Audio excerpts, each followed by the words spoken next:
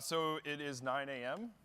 Good morning, and thanks for joining us to talk about how to secure your Azure environments leveraging Azure Security Center. Good morning, I'm Ty Balacio.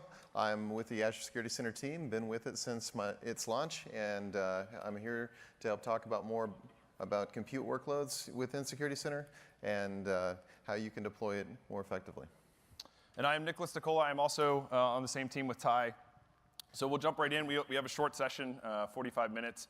So we're going to try to maximize some demos and some things that will help you go back to your environments and enable Azure Security Center. So quick show of hands, how many folks are using Azure Security Center today in their environment? Cool. Wow, that's pretty awesome. We like it. How many are using it in the standard tier versus the free tier? OK, not as many. So hopefully after you see this, we'll have more go back and turn on the standard tier. And is it supposed to be flickering like this? I don't know if you guys can fix that, but it's like flickering. Yeah. Well. Anyway, sorry, it was a little distraction there. So diving into Azure Security Center. So what is Azure Security Center? For those of you that did not put your hands up that you're using Azure Security Center today, Azure Security Center is a cloud workload protection platform to help you secure your Azure environment by giving you visibility into your Azure resources and their security status, as well as giving you some advanced threat detection capabilities and some response capabilities that we'll talk about today.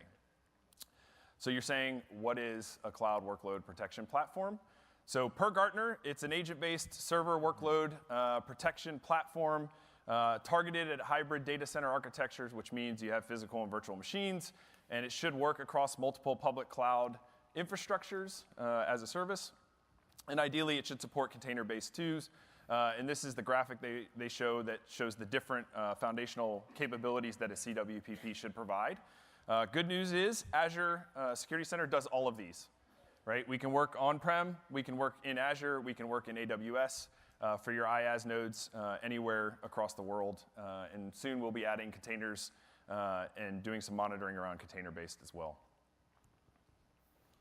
So 3 core pillars that we focus in with Azure Security Center: helping you strengthen your security posture, help you protect against threats, and help you get secure faster. So we're going to talk about each one of these pillars, but we're going to focus in on some key scenarios that we see customers struggling with when deploying Azure Security Center. So hopefully you can take those back and make your lives easier going forward. So the first one, I'll turn over to Ty to talk about securing VMs and compute workloads. Cool, thank you, Nick. So the largest risk area you'll have inside your cloud environment will be securing compute workloads. You're responsible for more of that stack, and understanding shared responsibility is a key component of this. And so let's take a minute to frame out a little bit about what Microsoft's commitment is around securing cloud resources and how that commitment works into a shared responsibility discussion you'll likely have with your companies and partners. So when we think about shared responsibility, the easiest way to frame up this discussion is to look at what this would contrast to inside an on-prem data center environment. And in that environment, you own everything. This is really pulling us out. How are we doing? Well, 1 second, he's going to change it over. OK. Bear with us while we change some technical difficulties here.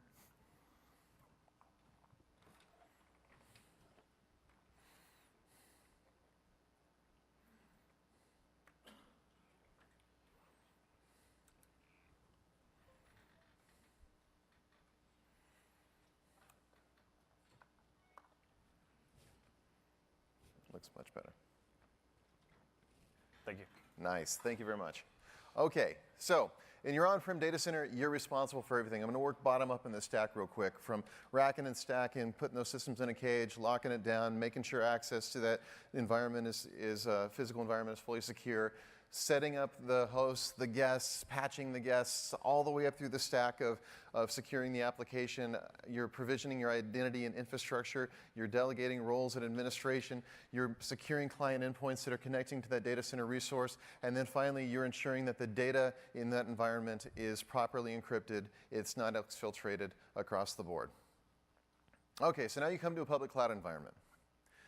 We own that data center. We're responsible. We've been certified through a raft of different certifications that we're doing that job effectively. You don't need to think about that on a day-to-day basis anymore. Now, you do need to think about this from an IaaS perspective on many layers of the stack, starting at the virtual operating system. You're going to be configuring the deeper settings on that. You're going to be ensuring that you've got the patch management process aligned to the maintenance windows that you've established for your environment. You're going to be ensuring that the different levels of controls and operating system components necessary to provide a secure computing experience is within your scope of responsibility. As we move through PaaS and SaaS, though, you see that this responsibility starts to blend a little bit. You may not get the same level of network controls in a PaaS or a SaaS offering that you're paying for. You won't be able to patch the operating system. You won't even be able to see the operating system. And so at these various layers, there's this discussion that has to happen about which area of shared responsibility transfers to Microsoft, which area is going to be contingent upon the workloads that you're putting together, and which area you will always retain, because that's just a function of the way that cloud computing and provisioning resources and configuring them functions. All right. So that's about hardening the resources to prevent an attack as effectively as possible. Attacks will still happen. And so what we want to do is take a look at what we can do to improve the security posture of your organization across these various workloads. Now, when we think about compute workloads, typically you're only thinking about virtual machines. But really, anything that's going to be running and processing code is something that we have to think about from a computing perspective. And so Security Center will take a look at all of the different types of compute workloads and give you recommendations for hardening the different layers of this. So at the operating system level, we have Defender Advanced Threat Protection for servers. We have endpoint protection, update capabilities, deep configuration checks, capabilities to access these resources in a secure manner using just-in-time, and we have adaptive app controls. At the network layer, we're going to give you complete visibility over these resources and how they fit within your subnets and your network security groups, and recommendations that you can apply to harden and restrict traffic as effectively as possible to only let the traffic that you need flowing function. At the application level, we're not going to be providing a layer of protection. If you're putting WordPress, if you're putting SAP, if you're putting different specific workloads on those systems, going to retain your responsibility to manage. Identity and directory infrastructure will give you visibility into hygienic operations that will harden and apply best practices to the ways that you've structured your roles. We'll recommend that you use MFA when it's appropriate. We'll recommend that you clean out owner accounts that are really heavy. We're going to help you apply a good hygienic practice to the ways that you've been structuring your account and access management. Now, for client endpoints, we do have various solutions connecting, but it's really ultimately your responsibility to make a decision about ensuring that the systems connecting into your cloud data center infrastructure are effectively protected. Finally, at data governance, we'll give you the capability to understand if things are drifting in your environment. We'll also expose the capability to classify data so that if you have, let's say, a database with social security numbers in it or other sensitive data, you can use Security Center to help identify those, classify them, and then use those classifications in other operations and business workflows to protect. And finally, what we want to do is talk about threats and how Security Center can help protect that. Security Center is built upon the same technology and logic that we apply to protecting all of Azure's fabric. Just like you, we get attacked, and we learn a lot about those attacks.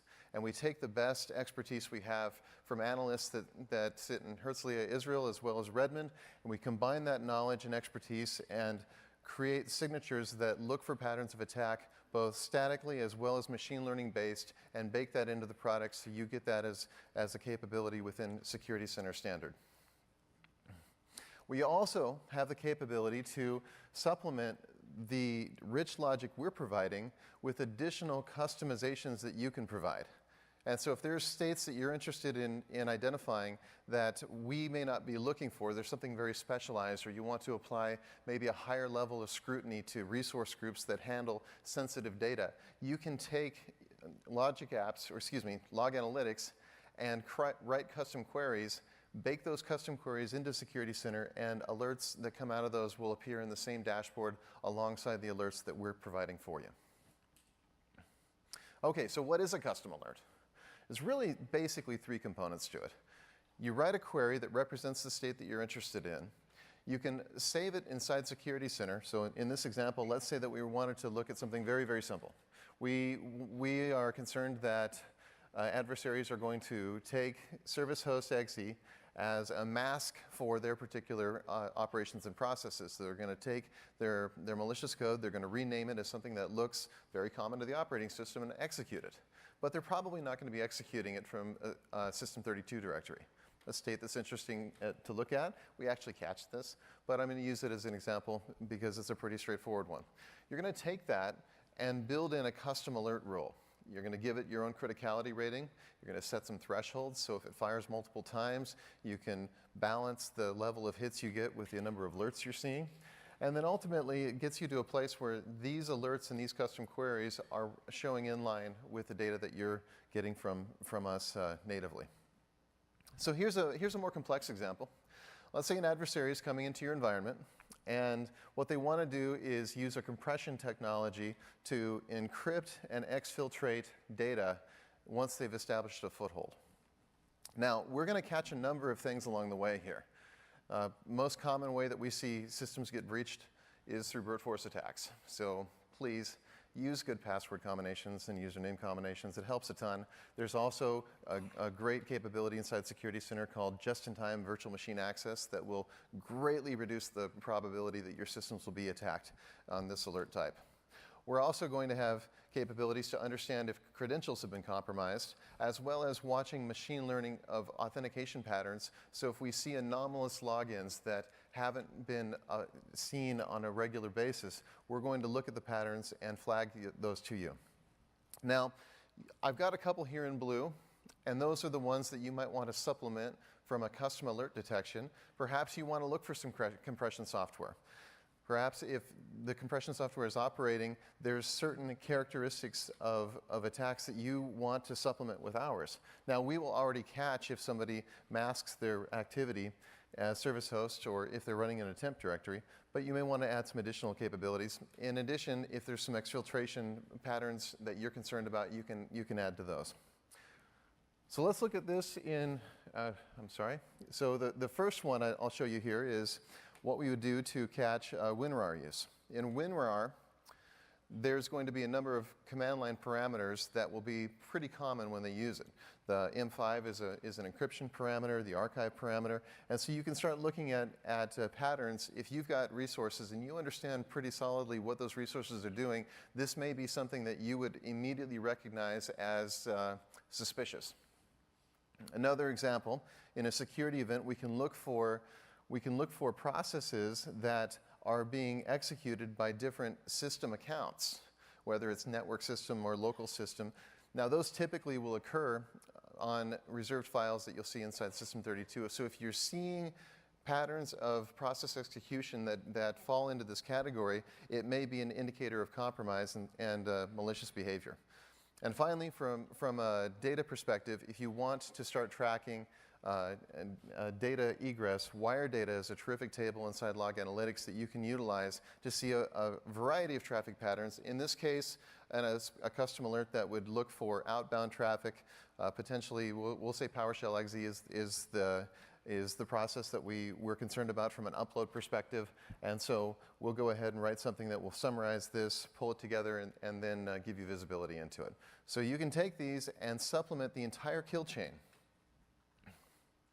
So let's look at what this would function like.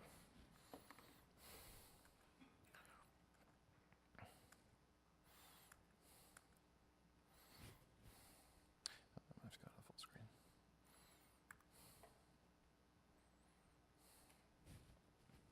Okay, so I'm on a system that has some sensitive data. So just to set the stage here real quick, I've got this customer data XLS file. And so what I'll do is, starting from scratch, we're going to go ahead and go full screen so it's easier to see.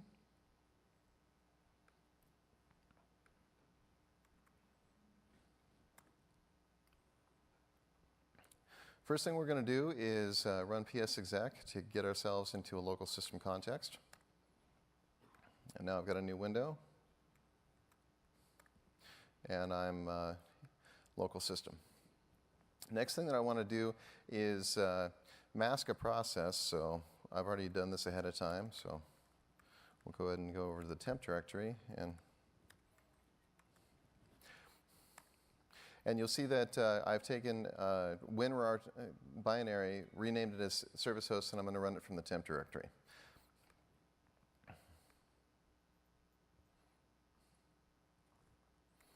And so what I'm going to do here is run WinRAR with an encryption command, call the output compression file my payload, and it's going to go ahead and grab that customer data and encrypt it. Give it a password. And now it's saying that it's completed that operation. Okay. Now I'm not going to take the time because we're running a little bit short on what we do to upload that, but that's probably enough to get some processes started. So now what we can do, minimize this and go over to our console. And real briefly, when you're inside Security Center, we're built on top of Log Analytics, and this is the platform that you would use to build these queries.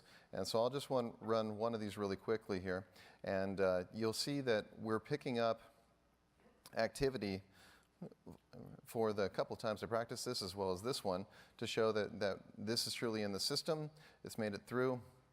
And then ultimately, that is data that you can take. You can take this query and put it into a custom alert, so it's in the inline module. So let's go ahead and go over to alerts real quick.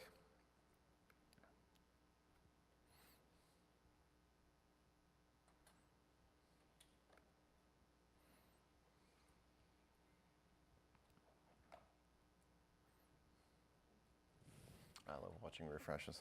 Here we are.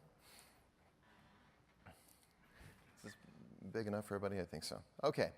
And so last night I was practicing this, and I'd run the query, and interestingly enough, it took some of those artifacts and actually started influencing the confidence score. Confidence score is one of those ways that you can use to triage some of the alerts in your system to determine what's most important for you to address. And so in this case, we're seeing that I'm still seeing the attacked VM. You see it from 9:15 there. So this is the latest attack that we did. And it's giving me visibility into this particular payload. And it's also giving me greater contextual information about what else we know about this and why we believe this to be something that's a true positive and not a benign or a false positive. And so you have all of your data here to build from. And it would be within this world that you could take those queries that I showed you earlier in the PowerPoint, put them in, and they would appear in line and supplement the entire investigation. You want to create that custom alert? Yeah, let's do that. I think we've got a few extra minutes.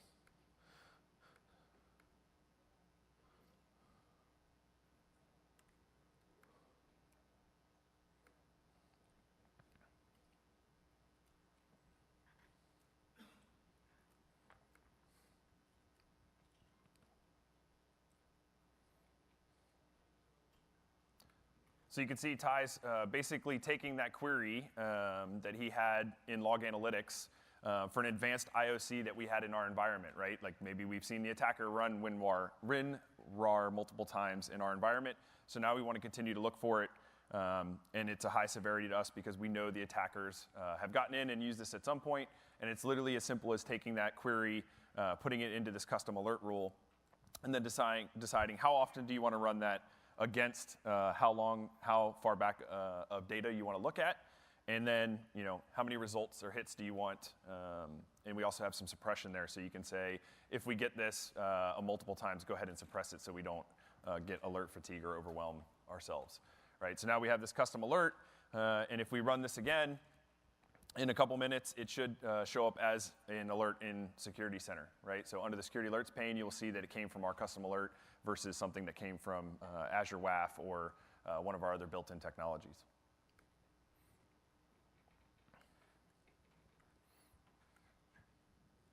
Okay, and how do we set this up? Let me flip this back to extend here.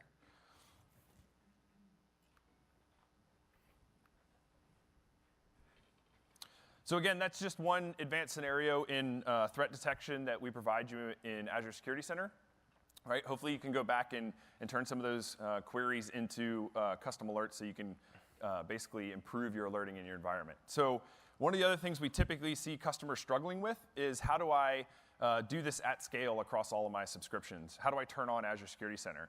Because today, when we go look at the demo, you'll see, and we'll talk about it a little bit, is you have to go to the subscription, you have to turn on Azure Security Center, you have to set some settings and configuration. And so most customers say, well, I have 150 subscriptions. I'm not going to click on every one of them 25 different times to do the settings. So we're going to talk about how to do this at scale. So a couple things you need to think about when you're configuring Azure Security Center. And we get a lot of questions around this, so I want to spend a few minutes really talking about the options here. And the first is, how do you want to provision the agent? So we use the same agent that Log Analytics uses, which is called the Microsoft Monitoring Agent. If you are familiar with System Center Operations Manager, it is basically the same agent that is from System Center Operations Manager. But we have a capability to auto-provision. So if you have a smaller environment, maybe not as advanced, we recommend that you turn on auto-provision. Any new VM that gets spun up, we will deploy that agent for you. You don't have to do anything. We will deploy it. We will configure it. We'll talk about the other part of the configuration here in a second. So super easy to do. If you're more advanced, like a lot of the customers we talk with in the enterprise space, they have hundreds of subscriptions. They use full-blown automation with Chef or Puppet, or they use some type of ARM templates or something like that to deploy their environment, PowerShell scripts, those types of things. You may not want auto-provisioning.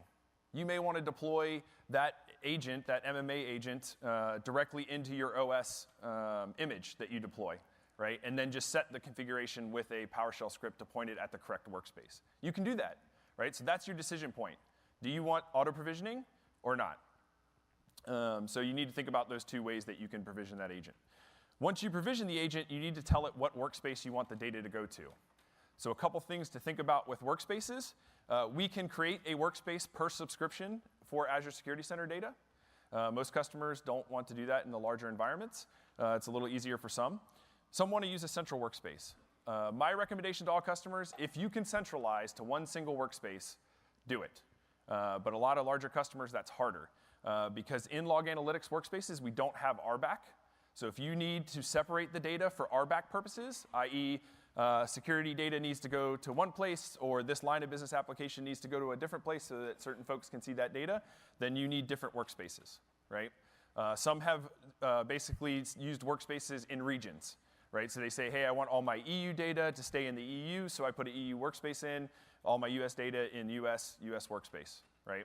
So you have to decide where you want this data to go. Highly recommend you centralize as much as possible. It makes writing those queries easy. You can query across your entire environment very simply in one workspace. But good news is the Log Analytics team also gave us cross-workspace queries. So you can write a query that goes across multiple workspaces and brings that data back into your query or into your results. So you do have that advantage as well. And then lastly, you need to choose what event logging level you want.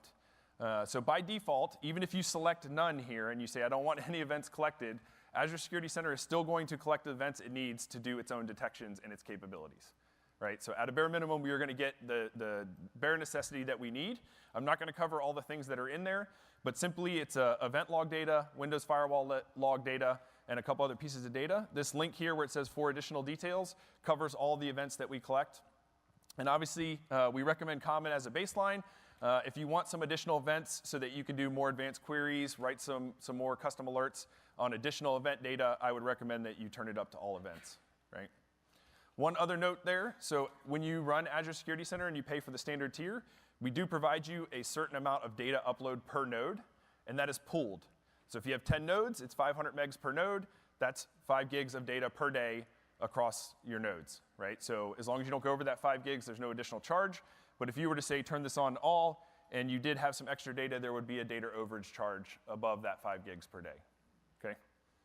And Log Analytics does provide some really good interfaces to see how much data is coming in from Azure Security Center and the other solution packs that you might deploy, like Wire Data. So that's kind of per subscription. So if you have a smaller environment, okay, you can go configure that maybe 5, 10 workspaces or 5, 10 subscriptions. But if you have to go configure this on multiple workspaces or multiple subscriptions, you can configure, sorry, let me back up 1 second. You have to configure the policy per subscription as well, which is what do you want Azure Security Center to look for in your environment or not look for. So for example here, let's say you're providing web application firewall some other way, and you're not really concerned about Azure Security Center looking for that or making recommendations on that. You could turn that off here.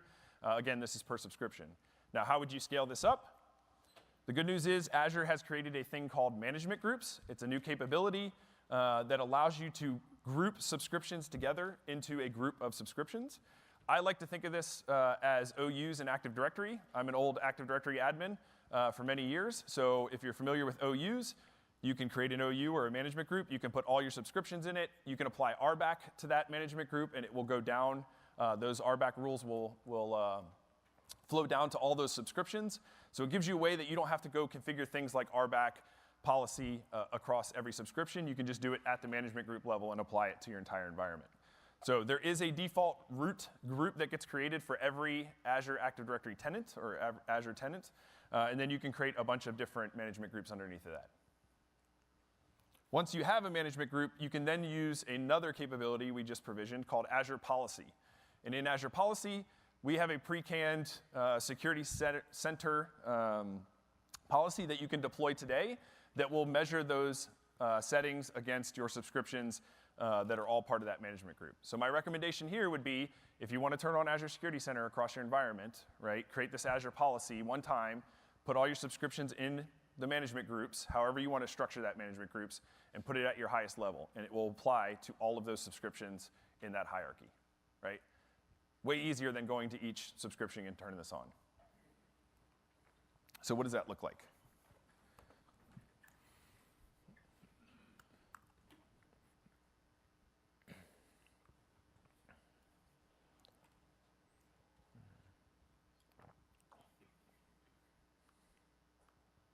So here we have our Azure tenant. We'll start with management groups.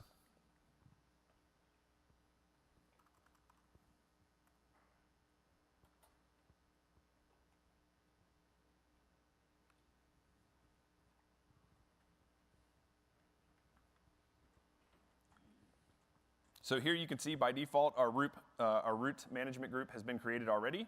Underneath of that, I've created a business applications management group as well as one that I called top. And in top, I basically have added the one subscription we have in this environment.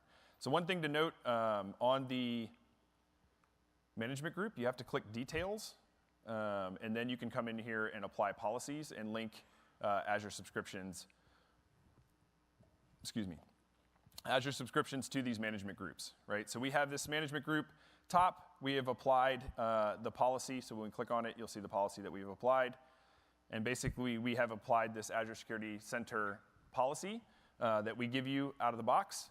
And you can see we have a bunch of non-compliant resources in here. So we can see, based on all those settings, what is compliant and what is not compliant across that environment. So it gives you a good way to roll up those. And I'm not going to dive too deep into policy, but policy is a great capability for you to go build your own policies above and beyond just what we're doing with Azure Security Center. And so you can check for all kinds of things like making sure people put tags on subscriptions or making sure your key vault is set up to send data to log analytics and report if people have done that or not done that. So this, think about this. This is like probably, back to my Active Directory terminology, group policy for Azure, right? It allows you to do a lot of checks against Azure to make sure people are deploying their capabilities or Azure capabilities in the manner that you want them deployed.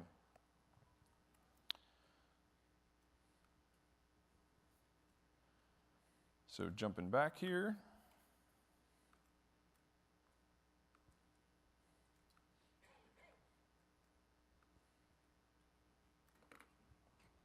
So lastly, I wanted to share these. I'm just going to quickly talk about these PowerShells, not going to demo them. We did just release a new PowerShell module for Azure Security Center. So I just kind of want to walk you through how you would do this with PowerShell. And then I put all the code samples in here, so if you download the templates afterwards, or download the PowerPoint afterwards, you'll have all these. You can literally copy and paste these. But so, perfect example here, if I wanted to take all my subscriptions and set that auto-provisioning setting to default and on, I would just basically say get Azure RM subscription, pipe that into a for each loop and say set Azure RM Security Azure RM Security is the Azure Security Center policy. Auto provisioning setting, and then name default, and it would deploy that to on.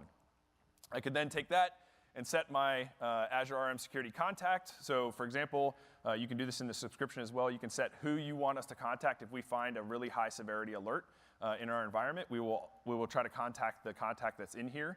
So Microsoft does this on behalf of you if we see anything really, really interesting that you should look into.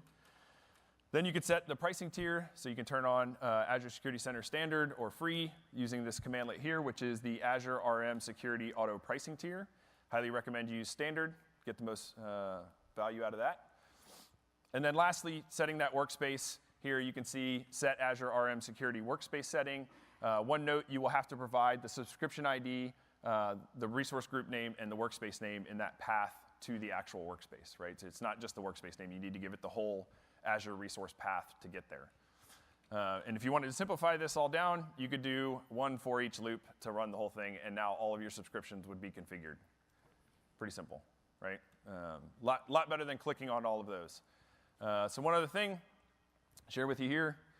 We did produce an ARM template. So if you use ARM in your environment, you can see it's very long, very hard to read. So I blew it up a little bit here so that you can see it. And for follow-up afterwards, we did post this to GitHub. One of the members of our team, Tiander, created this. So it's here. He'll continue to update this going forward. So you'll have access to this, and you can just go to GitHub and download this ARM template if you use ARM. And then lastly, for the management groups and policy, they also have a PowerShell module. So I tested this last week, never done it before. So this is what I did in our environment, and it worked pretty well. You can get that root management group. It is always called root.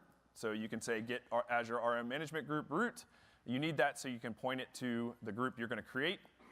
So here I can say new Azure Management Group, name BizApps, display name is Business Applications, parent ID root.id, right? That's why you need the root. Then you could say get Azure RM subscription and basically point that subscription to that management group. That basically moves that subscription into that management group. So again, you could use this to place those subscriptions wherever you want them. And then when you want to create the policy, you have to get the management group that you created. You will have to create a hash table. I know it's really hard to read here. I'll blow it up in 1 second. A hash table of all the different settings in the policy definition. And then you say, for get the ASC policy, you can get the one that we've already created for you. The name is right here. And then you can set that assignment by saying, hey, I want to call this enable ASC. I want to scope it to that management group. I want to use the policy set definition that I got in my previous commandlet. And I want to use that hash table to set all the settings for that policy set definition. Right? So it's a little complex to try to figure out, which is why I documented all this for you, so you can download these and go back and kind of reiterate. And I even gave you the hash table here. It's blown up a little bit, but the whole thing, when you open it in PowerPoint, is there in text. You can copy and paste that hash table. Because some of these take audit if not exists. Some take audit. Some take a number of days that you want to retain logs or that you expect them to retain logs. And so all those settings for that default policy we have for Azure Security Center are in this hash table here. So you can just change them to what you want them to. So I'll turn it back over to Ty to talk about how to trigger automation from security alerts. Thank you, Nick. OK, so we've talked about how to get Security Center configured top-down across your environment. We've talked about the capabilities of hardening and supplementing with custom alerts and attacks. But what happens when you have an attack and you want to do something operational afterward? Perhaps you need to create a ticket in ServiceNow, or maybe you want to quarantine a VM. There's a lot of different scenarios that you may want to do, but it really comes down to 2 options. And the first option is whether or not you want to do something interactive. And to support that scenario, we've enabled the capability to use logic apps. And logic apps that are tied directly to Security Center, you can create a series of operational actions, everything from post something in Slack to quarantine a VM or sending off a response. Whatever you want to do, you can create in automation and then have that tied in contextually to the alert that you're investigating directly inside the Security Center console. So right there when we're working with an alert, you can make an operational decision about what to do. This is what we'll call the interactive mode. Now, when this happens, what you'll be doing is you'll be taking the alert and taking the parsing details out of it. In this case, we would create a record into ServiceNow. And so you would take a native component that ServiceNow built for the Logic Apps team and utilize it to create a record, to modify a record, to perform another operation. There are hundreds and hundreds of different drag and drop components inside Logic Apps that you can utilize that were built by outside partners other than Microsoft. We have a ton for Microsoft, but this is a terrific ecosystem of capability for you to snap in well-tested modules so that you can build automation very reliably. Now, the other option is to do this automatically. And the way that you would set this up is to utilize the Azure Manager and Azure Management capabilities built in natively. When alerts fire in Security Center, we not just drop it into our console, but we also take that record and we put it into the Azure Monitor channel inside the Azure Activity Log. And so you can use this as a triggering mechanism by writing a native alert directly inside that Azure Monitor area that looks for the starting state of an alert coming in. And then once you've got that, you can create an action group. Now, these action groups can perform a number of operations. We'll focus on Logic Apps today, but if you wanted to send a text message or initiate a webhook or open a ticket directly from here, you have tons of versatility in doing that. We make it available broadly across Azure and then integrated directly with Security Center. And this is a little bit tough to zoom in, but essentially what we're doing on the first part here is we're taking that input that came from the alert that was triggered, we're parsing through and finding the properties that matter to us, when we're then creating a condition and then based on those conditions performing an output. So this could be, let's say that I have something that is over a certain high confidence level and it's critical. Triage is cool, but right now I need to stop the bleeding and I want to take that thing offline. You can do that as a conditional fork, or potentially if it's something less severe, you may want a human to look at that before you make a decision to actually potentially interrupt a workflow. So you have that capability built in not only directly inside the experience of triaging alerts at the console of Security Center, but also more broadly so you can do something automatic. So real quick, how many folks actually auto-respond to alerts? Not very many. Okay. We've had a few customers ask, which is why we kind of built that scenario with Azure Monitor and building a Logic app. A lot of people ask. We have not seen a lot of people implement it, so it's interesting. So I'm assuming the interactive is probably a little more interesting to you in triggering that as you investigate. Cool. Awesome. Okay, so we're going to leave a few more minutes for questions, but I did want to take a moment and talk about some of the resources available so that you can go and apply some of these techniques directly in your environment. We have a terrific reference article about securing Azure all up. Securing Azure from the best practices all the way from identity through that entire responsibility matrix you'll find at the secure reference. We'll also give you visibility into how to create compliant workloads using blueprints. If you want to just get started, if this is new to you, you can go ahead and pull that in. We also have a series of playbooks that have been written by our team. We also partnered with Avion to write a number of playbooks that will implement a complete operational environment for you to inject cross-site scripting attacks and SQL injection attacks, among others. And then finally, as Nicholas mentioned, we have samples for both the ARM templates as well as PowerShell code. So, with that. So there's a couple other sessions. There was a great one yesterday around confidential computing, Azure Security Fundamentals tomorrow. Wednesday, Ben will be talking more in depth about the new capabilities in Azure Security Center, as well as there's another one on Azure Key Vault on Thursday. And lastly, recommend you come down to the booths. There's a security challenge.